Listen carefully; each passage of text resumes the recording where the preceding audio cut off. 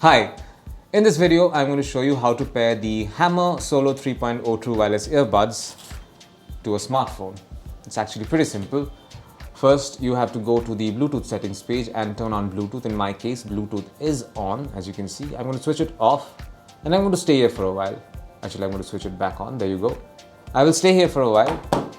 Now, back to the charging case of the Hammer Solo 3.0. I'm going to lift the lid over here and take out these earphones. You'll notice the glowing red and blue lights. This basically means that the device is now in pairing mode.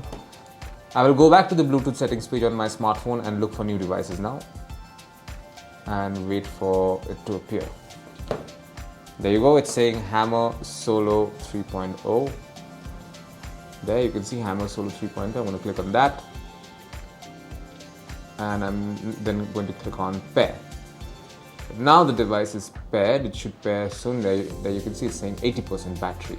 That's great. I'm now going to test out some music. It works great actually, so it's great music, great sound quality. And that's it. That's how you pair the Hammer Solo 3.0 True Wireless Earbuds to a smartphone. Thank you for watching.